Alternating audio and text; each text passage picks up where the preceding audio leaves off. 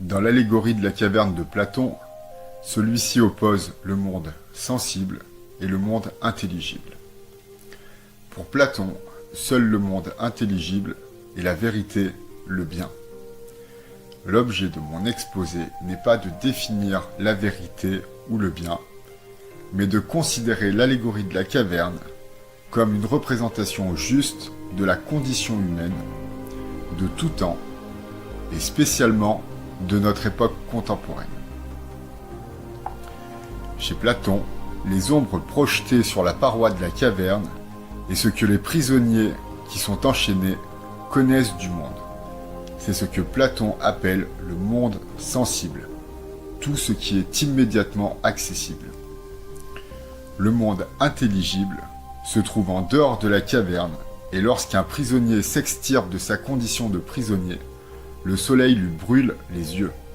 Par là, Platon veut dire que le monde intelligible, la vérité, le bien, est douloureux, mais que vraisemblablement, le prisonnier étant entré dans le monde réel, préférerait y rester. Par exemple, ma manette de Xbox, c'est le monde sensible, ce qui m'est immédiatement accessible. Quelque chose que j'utilise sans le connaître vraiment. Ce qui ne m'est pas immédiatement accessible, c'est de comprendre pourquoi ça fonctionne. Ça, c'est le monde intelligible, le monde dur.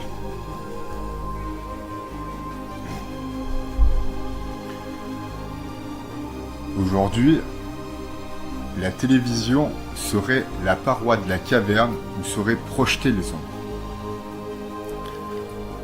Et d'aucuns disent, en utilisant l'allégorie de la caverne, que l'allégorie de la caverne est une image pour dire que nous sommes manipulés. Par exemple, dans les jeux de télé-réalité, nous sommes manipulés, mais selon notre gré. Mais, par exemple, lors des dernières élections, les journalistes annonçaient une majorité pour le RN. Et là, il y a 2 points. L'incompétence des journalistes et l'erreur humaine.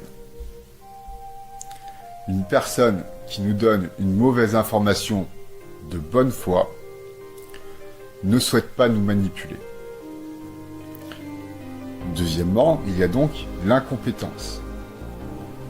Comment continuer à écouter des journalistes incompétents?